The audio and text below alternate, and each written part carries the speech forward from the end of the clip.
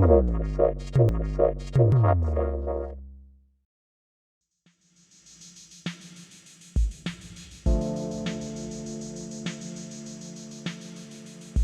and welcome to Crux Investor. We're going to be talking in a moment to Mark Chalmers, the CEO of Energy Fuels. We were lucky enough to catch up with Mark about a month ago, and since then people have been contacting us with questions which they'd like to ask him, so we're going to include that today. We're going to cover off the imminent Section 232 announcement, their vanadium production, the pricing in the market, and the general sentiment with regards to uranium in the market. So hello Mark, how are you? Very good, Matt. Good to be here today. Well, thanks for joining us again. I'm going to start with the big question there, which is around the recent insider selling. People are concerned that the directors know something perhaps they don't. What happened there? Look, we've got a lot of attention on Ben Eshleman selling shares, but it actually isn't Ben Eshleman selling the shares. Ben represents a block of about, I think it's something like 40 family members. And they all have shares that basically report up through him as a director, because he basically is part of the family, but the director for the family. And so if, for example, one of the younger kids decides he wants to sell some shares to buy a car or something and sells those shares, it reports up through Ben Eshleman. So I really want to make sure people understand that there is no real true insider selling at this point in time, and that is the case. So, you know, I hopefully that alleviates some of the concerns that insiders are selling because we know something. You know, what we've said to the market is what we know. Right. And were you aware of this trade coming up beforehand, or you know? Yeah, I think I got like maybe a 24-hour notice or something that they were going to sell, but I'm also looking at it on how to better address that. You know, for the full transparency, and so people don't see it as negative. Right, so basically people should read this as there's no reason to be concerned. You don't know anything with regards to the 232 decision. No, absolutely not. And as I said, you know, I'm sure that some of the questions will be about 232, and I'll certainly give everybody an update of, you know, where we're at. But I think we have been very transparent to the market. So. Okay, so we've seen a couple of press releases from yourself, and also you are recently, you know, quite aggressive in terms of positioning with regards to Russia and China. What's going on at the moment? Is there any more insight? The DOC have made their submission. The president's got 90 days. Is there any kind of insight? Well, look, as we've reported publicly, yeah, the report is on the president's desk. He has 90 days to make a decision. Now, a decision could be giving relief, or you know, or it could be not. We think we've fought a good battle. We punched above our weight in terms of how we've communicated the national security concerns, and also I think we've communicated well that. You know, right now, approximately 70% of the newly produced uranium is coming from state-owned enterprises. So, you know, that should shock people. And, you know, we think this is right up the alley of the administration, but we don't know exactly what decision they'll make. You know, we're very positive and confident that we'll get something out of this process for the right reasons. But again, you know, I'm not Donald Trump. If it's rejected, if you don't get something out of it, what's the plan? Look, it would be an unfortunate outcome. You know, and as I said, I think that you know, this is right up the Trump administration's alley. You know, we consume 1/3 of the world's uranium and producing less than 1%. The state-owned enterprises are increasing. You know, the tensions with China and Russia, Kazakhstan are growing. So, you know, but yeah, no, I think it'd be a bit of a kick because we think it's such a outstanding petition and ideally suited for Section 232. So, but we do think the fundamentals are improving on their own in the world. And so we're not building the company around 232 only. Are you aware of any factors, any reasons why it may be rejected? I mean, if it was rejected? Well, look, I think UR Energy and Energy Fuels are small companies that are basically pushing this wagon or this wheelbarrow. There are some big companies. The utilities are huge. Companies, and you get some pressures from Canada or Australia. We're up against a pretty formidable line that may oppose this. But and I think the issue is, though, the Section 232 law basically has to be reviewed on its merits. And as I said, we're not trying to harm our allies. We're not trying to harm the utilities, but it still goes back to what I said before. We are becoming increasingly dependent on foreign sources, and as the production is reducing in Canada and Australia, it's increasing in these other countries. So I don't have any reason, but we've taken on a tall order here. And I meant to ask you last time is, why did you settle on 25% as a number? Why not 50? Why not 100? One first aspect is we settled on 25% because we need enough uranium to have some critical mass in the United States to where we have a competitive market. We didn't want this to be just geared around one company or two companies, or we wanted to have enough production to support 4 or 5 or 6 different producers in the United States. So it was competitive. The other thing is that we didn't want to overly burden the utilities and the nuclear industry with too much production. We wanted to allow them to benefit from certainly production from our allies, and certainly a certain amount of production from some of our foes. So the 25 was, we believed it was enough critical mass to preserve the industry in a reasonable way. Right, and what's your thinking around how that works? Okay, that's got to be produced domestically and bought domestically, or can you go out in the spot market and supply domestically? I mean, what are the restrictions? The devil's in the details on these things, and I know exactly how we think it could be implemented and administered. There would certainly be a period of ramp up. We want long-term contracts because we need the surety of making our investments, that we know we're going to be able to spend that money now and get some return on our investment over the course of the next few years. So there would be a ramp up. Does that mean you can go in a spot?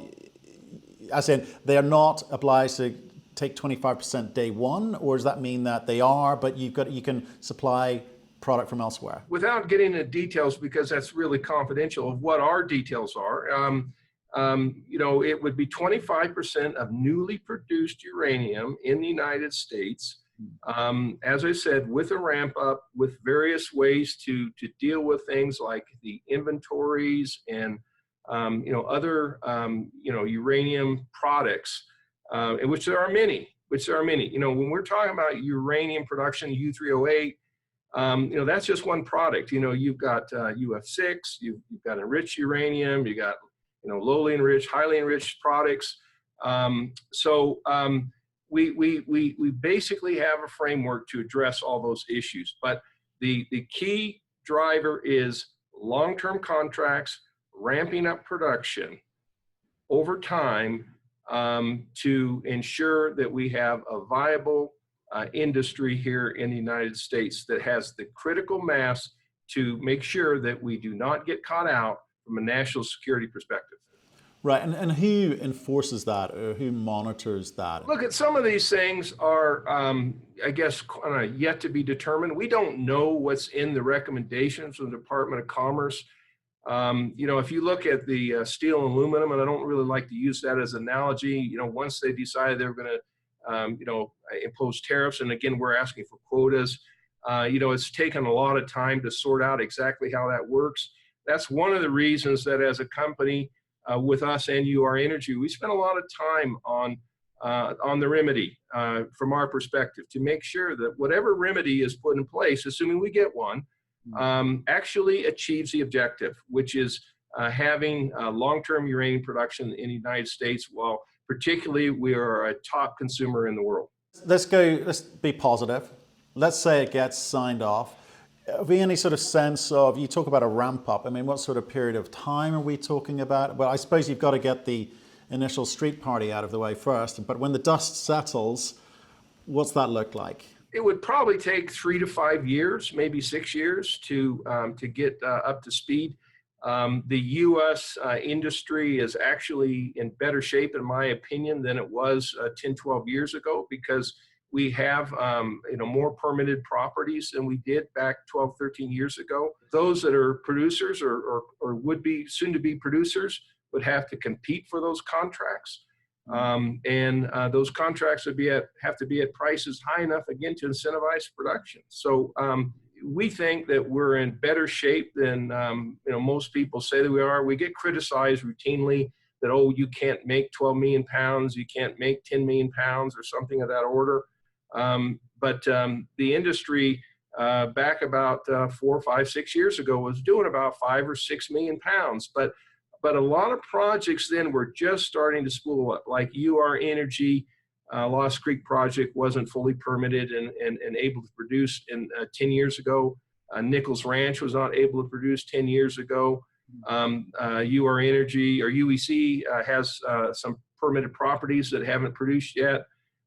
So, a lot of things changed because there was a fair amount of investment, going back on the boom of 6, 7, 8 that never was fully capitalized on.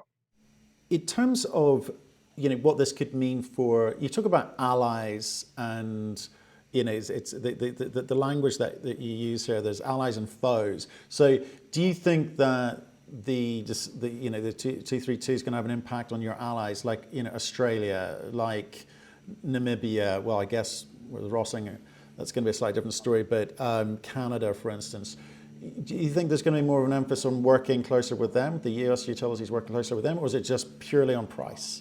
Our allies are our allies, Australia and Canada, we think that those are very favorable jurisdictions to do business with. I mean, when we talk about the fair price of a pound of uranium, I mean, Tim Gitzel at Cameco, I know Tim very well. He's an outstanding individual and professional. I think he's done absolutely the right things with Cameco to position it for the future. They really need $50 plus under contract going forward to justify new production. Look, I think that the government, United States government, understands the importance of our allies. So as I said, this is not directed at them directly, but I tell people that the uranium production in Australia and Canada, if the prices stay in that $25, $30 per pound, there may not be any production in those countries or very limited production. And so they need higher prices. Cameco needs higher prices to survive and produce newly produced uranium. That's another reason why the Section 232 is important, because the current pricing is unsustainable for the United States and our allies and our, these state-owned organizations, primarily Russia and China and Kazakhstan will continue to produce, and they'll get a larger percentage of that production over time. Okay, so you mentioned a few minutes ago utilities. It's sort of a delicate relationship you've got there with the US utility, presumably ones that run reactors or power stations. So what would the Section 232 and general price increases mean for the utilities in the marketplace? What does it mean for consumers? What's it mean for your relationship with them? Yeah, look, we had an economist look at some different pricings to the utilities, and he came up that it would increase the cost to the average consumer, residential consumer, around $2.50 to $3 per year or something like that. So really low cost. I mean, compared to some of these other 232s like steel and aluminum stuff, this is a very affordable 232. I mean, the utilities, assuming we got the 25% quota, they're still going to be able to purchase their uranium, 75% of the requirements from others at whatever those prices are. You know, and I think one thing that's important when you look at the cost, people start saying, well, the cost is from $25 to $30 per pound, up to, say, in the 50s or 60s, you know, it's costing us all this money. But the $25 to $30 is not the value of a pound of uranium, newly mined uranium. It's really about $60 per pound. Right. If Cameco needs north of $50 per pound, people should be comparing from $50, $55 a pound to $60 or $65 a pound. And then that $2.50 or $3 per residential customer average goes down from there. So you know, this is where people tend to bend the truth here on, in my opinion, you know, the extreme cost of the Section 232. I mean, some people have said, well, our Section 232 is going to put these nuclear utilities out of business. And I honestly don't think that's the case. I mean, we closed out our contracts last year, our long-term contracts, and they were north of $60 per pound. Wow. They were north of $60 per pound. Now, this is an important fact that you should have, that you know, we have the 99 commercial nuclear reactors, but we have like 80 nuclear-powered ships and submarines. So we have, if you add some of the research reactors and whatnot, we have nearly 200 reactors in the United States, 200, and we're currently producing, this year will be less than one civilian reactor's worth of fuel load. You know, again, that should absolutely shock people. Thank you very much for watching our video. We do aim to give you informed and intelligent information with which to make your investment decisions. So if you liked what you just saw, please give us a thumbs up. And if you want to see more insightful, in-depth, honest and unbiased interviews, then please click the subscribe button. So thanks again for watching, and we look forward to seeing you again soon.